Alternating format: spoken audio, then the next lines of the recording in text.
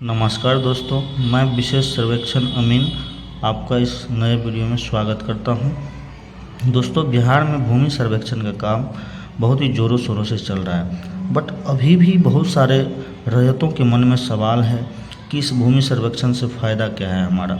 बहुत सारे सवाल हमने बहुत सारे लोगों के वीडियो के नीचे देखा, तो हमने सोचा कि इस सवालों का एकदम सरलता से आंसर दिया जाए। तो आपको इस वीडियो के अंदर मैं आपको बताऊंगा दोस्तों कि क्या क्या चीज़ें हैं जो बदलने वाली है, क्या क्या आपको फ़ायदा होने वाली है इस सर्वे कराने के बाद। तो चलिए वीडियो में बिना कुछ देरी किए स्टार्ट करते हैं। एक ही आपसे रिक्वेस्ट रहेगा कि वीडियो लास्ट तक देखिएगा, क्योंकि हम हर एक जो पॉइंट है उसको क्लियर करेंगे इस वीडियो के अंदर। तो देखिए, सबसे पहला जो आपको दोस्तों फ़ायदा होने वाला है इस सर्वेक्षण होने के बाद, देखिए हमारा ये जो भूमि सर्वेक्षण है, इससे पहले जो भूमि सर्वेक्षण का कार्य बिहार में किया गया था वो 1912 के अंदर किया गया था। ठीक है दोस्तों, 1912 में जो भूमि सर्वेक्षण हुआ था उसको हम लोग CS बोलते हैं, उसको कैडेस्ट्रल सर्वे बोला जाता था। और अभी जो हमारा हो रहा है मतलब 2024, हालांकि 2019 से ही बहुत सारे डिस्ट्रिक्ट में चालू है, तो इसको हम लोग स्पेशल सर्वे बोलते हैं, SS। तो 1912 में जो सर्वे हुआ था, तो आप गौर किए होंगे, अगर आपके घर में कोई खतियानी ज़मीन है तो वो खतियान का जो निर्माण हुआ था वो 1912 ईस्वी में ही हुआ है, और वही खतियान अभी तक चलते आ रहा है, वही खतियान आपके घर में है। उसके बाद कोई खतियान का निर्माण नहीं हुआ है। अब एक बात आप सोचिए कि 1912 से लेके 2024 तक इतने वर्षों में ऐसा तो नहीं है कि जिसके नाम से खतियान है वो ज़मीन वैसा का वैसा है। वो ज़मीन कितने बार बिक चुका है, रजिस्ट्री लोगों ने करवाया, वो उसको बेचा, वो उसको बेचा। तो इस तरह से हुआ क्या कि एक प्लॉट बहुत सारे प्लॉटों में कन्वर्ट हो गया। ठीक है दोस्तों, और अगर मान लीजिए वो बेचा नहीं भी, तो 1912 में जिनके नाम से ज़मीन था तो उनके जो भी वंशज हुए, तो वंशज तो एक नहीं है, वंशज तो बहुत भी हो सकते हैं। ये 100 सालों में उनके 2 पुत्र हुए होंगे, उस 2 पुत्र के 4 फिर बच्चे हुए होंगे। तो इस तरह से जो प्लॉट का डाटा है वो बदल गया है। वो 4 प्लॉट 10 प्लॉट में बदल गया है, 5 प्लॉट 25 प्लॉट में बदल गया है। क्यों? ठीक है, तो अब जो हमारा सर्वे हो रहा है, तो इस सर्वे से मेन देखिए फ़ायदा आपको क्या होने वाला है। पहला फ़ायदा तो ये होगा कि आपका नया खतियान बनेगा, जो कि हमेशा नहीं बनता है, वो सर्वे के बाद ही बनता है। तो नया खतियान आपका अभी बनने वाला है, जो 1912 में बना था। तो अभी जो जीवित व्यक्ति हैं, और दूसरा चीज़ ये है कि जो जीवित व्यक्ति है उनके नाम से खतियान बनेगा, जो जीवित व्यक्ति है उनके नाम से खतियान बनेगा। मतलब अगर आपके दादा के नाम पे खतियान था तो वो खतियान अब आपके नाम पे बनेगा। ठीक है, आपके पिता भी नहीं रहे, दादा भी नहीं रहे, तो आप जीवित हैं तो आपके नाम पे बनेगा। सोचिए ये खतियान का निर्माण कितना महत्वपूर्ण है। अगर आपके नाम से ज़मीन हो जाता है, आप एक बात और समझिए कि मूल रैयत वही होता है ज़मीन का जिसके नाम से खतियान होता है। अगर आपके नाम से अभी खतियान नहीं है, भले ही आपके नाम से रसीद कट रहा हो, डिमांड आपने तोड़वा लिया हो, लेकिन आप उसके मूल रैयत नहीं हुए, मूल रैयत आपके दादा ही हुए। लेकिन वही चीज़ अगर आप मान लीजिए ब्लॉक से CO साहब से करवाने जाते कि नहीं, हमको अपने नाम से खतियान बनाना है, अपने नाम से ज़मीन को चढ़ाना है, तो उसके लिए आपको बहुत परेशानी होता है, बहुत घूमने जाना पड़ता है, बहुत 10 बार दौड़िएगा तब भी नहीं होता है। लेकिन ये चीज़ आपके दरवाजे पे आया है, सरकार ने इस योजना को आपके दरवाजे पे लाया है कि नहीं, उसमें बहुत सारे परेशानी होता है रैयतों को, इसलिए इस चीज़ को किया जाना चाहिए। तो अभी जो सर्वे होगा तो इससे आपको फ़ायदा होगा कि आपके पूर्वजों की ज़मीन है वो आपके नाम पे स्वतः आ जाएगी। इससे आपको बहुत सारे सरकारी योजना में लाभ होगा। जैसे बैंक से लोन लेने में भी कहीं कहीं दस्तावेज अगर आप दीजिएगा तो वो सीधे बोलते हैं कि आपके नाम से ज़मीन होना चाहिए, तभी जाके हम आपको लोन प्रोवाइड करेंगे। तो ये सारा समस्या था जो कि सॉल्व होने वाला है। ठीक है, अब जैसे कि आपके नाम पे आने के लिए तो कुछ तो आपको डॉक्यूमेंट चाहिए होगा।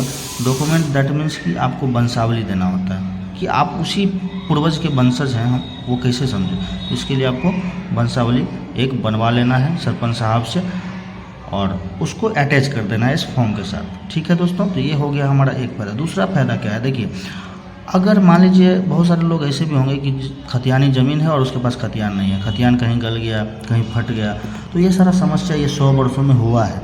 तो अब जो नया खतियान बनेगा और नया जो खेसरा पंजी लिखाएगा, तो वो सारा चीज़ हमारा क्या होगा, ऑनलाइन ऑनलाइन मतलब जितने भी हम लोग कार्य करेंगे वो सारा ऑनलाइन होगा। ऑनलाइन कहने का मतलब कि वेबसाइट पे अपडेट होगा। आप कहीं भी किसी भी स्थान से, अगर आपके पास एक एंड्रॉयड फ़ोन है और उसमें डाटा है, आपको साइट पता है, आप पढ़े लिखे हैं, तो उस नया खतियान को, नया खेसरा को, नया मैप को सर्वे कंप्लीट होने के बाद आप देख सकते हैं कहीं से भी।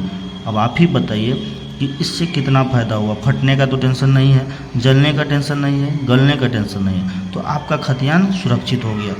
फ्यूचर में आपके कोई भी वंशज होंगे तो उसको कोई टेंशन ही नहीं होगा, कोई दिक्कत ही नहीं होगा खतियान खोजने में, खेसरा खोजने में और मैप खोजने में। तो ये हमारा ऑनलाइन सारा चीज़ होता है, डिजिटल हो जाए। हम लोग डिजिटल युग में जी रहे हैं और हर एक चीज़ डिजिटल आपके साथ होने वाला है। उसके बाद तीसरी फ़ायदा कि अगर आप रसीद कटवाते हैं तो रसीद भी अब ऑनलाइन कटेगा घर बैठे। अभी भी कटता है लेकिन उस टाइम जो कटेगा आपका एक प्रॉपर कटेगा, आप प्रॉपर रसीद कटेगा, एकदम ऑनलाइन कटेगा। ठीक है दोस्तों, तो ये हमारा फ़ायदा नंबर 3 हो गया। उसके बाद देखिए, उसके बाद जो है चौथा फ़ायदा की बात करें दोस्तों, देखिए अभी क्या होता था कि ज़मीन में दलाल सब पड़ जाते थे। दलाल कहने का मतलब कि एक ही ज़मीन है और उसको 3 बार 4 बार बेच दिया, रजिस्ट्री करवा देता था, उसका दाखिल खारिज नहीं करवाता है। तो उसमें होता क्या था कि रजिस्ट्री करवा देने के बाद आदमी समझता था कि मेरा हो गया, लेकिन एक्चुअल में उसका तो होता नहीं था। जिसके पास खतियान है उसी का ज़मीन था, वो 2 बार 3 बार बेचते थे। इससे आदमियों के साथ फ्रॉड बहुत होता था, आदमी के साथ धांधली बहुत होता था, क्योंकि मैप का कटिंग नहीं होता था। लेकिन अब क्या होगा, जैसे ही आपके नाम से नक्शा बन जाएगा, आपसे नाम से खतियान बन जाएगा, अगर मान लीजिए 50 डिसमिल का है और जब आपने 10 डिसमिल किसी को बेचा तो तुरंत इसमें से 10 डिसमिल काट के किसी और के नाम पे कर दिया जाएगा और आपका ये 40 डिसमिल बचेगा। तो इस चीज़ से आपको मुक्ति मिल जाएगा, ज़मीन खरीदना और बेचना आसान हो जाएगा, किसी के साथ फ्रॉड नहीं होगा, फ्रॉड कम हो जाएगा। ठीक है दोस्तों, 5वां जो पॉइंट है, बिहार के अंदर जितने भी समस्या होते हैं, लड़ाई झगड़ा का समस्या होते हैं, तो उसमें से 80-90% जो समस्या होता है ना दोस्तों, वो भूमि विवाद के कारण ही होता है। भूमि विवाद के कारण समस्या होता है और जैसे ये सर्वे ख़त्म होगा, सबका बंटवारा अलग हो जाएगा, सबका मैप अलग हो जाएगा, सबका खतियान अलग हो जाएगा, तो ये जो भूमि का समस्या है, जो विवाद है, वो ऑलरेडी ख़त्म हो जाएगा। ठीक है, किसी के साथ एक दूसरे में विवाद नहीं रहेगा, वो सारी चीज़ें कन्फ्यूजन क्रिएट नहीं करेगी। तो ये सारा जो समस्या है वो सारा दूर होने वाला है हमारा।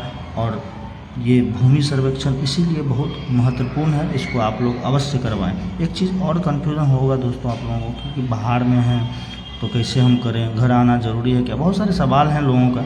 तो आपके मन में जो भी सवाल है आप हमको कमेंट में कीजिएगा, मैं उस टॉपिक पे भी कोशिश करूंगा कि आपके लिए एक नया वीडियो, सेपरेट वीडियो बना के डालूं, ताकि आपके मन में कोई कन्फ्यूजन ना हो। और हाँ, हम जो है इसी सर्वे के एक पार्ट हैं, तो आप बेझिझक क्वेश्चन कर सकते हैं, कोई दिक्कत नहीं है। हम लोग ग्राम सभा के माध्यम से जो है अभी पूरे अंचल में सबको जागरूक कर रहे हैं और इस वीडियो के माध्यम से भी हम जागरूक कर रहे हैं कि सर्वे कितना इम्पोर्टेंट है, सर्वे क्यों करना चाहिए। ठीक है, तो सर्वे में आप भाग जरूर लें, ये आपके लिए ही है, आपके दरवाजे तक आया है सरकार, तो आपके फ़ायदे के लिए ही है। आप इसमें जुड़ें और सर्वे ज़रूर करवाएं। लेकिन सर्वे करवाने से पहले जानकारी भी महत्वपूर्ण है, इसीलिए हर एक टॉपिक को समझें कि क्या होता है। मैं आपको आने वाले बहुत सारे वीडियो में बताऊं कि हमारा क्या क्या काम है इसमें, किश्तवाड़ी क्या होता है, खानापुरी क्या होता है, उसके बाद LPM आपको कब मिलेगा, दावा कब कर सकते हैं। बहुत सारे लोग ये भी बोलते हैं कि सर्वे होने के बाद लोगों का ज़मीन सरकारी हो जाए, तो ऐसा कुछ भी नहीं है। कैसे होगा सरकारी, उसका एक प्रोसेस होता है। तो वो सारा चीज़ मैं आगे धीरे धीरे एक एक वीडियो में सेपरेट करके लाऊंगा, जिसमें आपको पता चलेगा कि क्या नहीं अगर कीजिएगा, कौन सा प्रोसेस अगर आप गलत करते हैं तो आपका ज़मीन सरकारी हो सकता है, अगर सर्वे नहीं करवाते हैं तो सरकारी हो सकता है। तो वो सारी चीज़ें हम स्टेप बाय स्टेप आपको वीडियो के माध्यम से देते रहेंगे। आप मेरे चैनल से जुड़ जाइए। आप फेसबुक पे देख सकते हैं, देख रहे हैं तो फेसबुक पेज को फॉलो कीजिए, यूट्यूब पे देख रहे हैं यूट्यूब को सब्सक्राइब कीजिए। मिलते हैं अगर नेक्स्ट वीडियो में, तब तक के लिए बहुत बहुत धन्यवाद।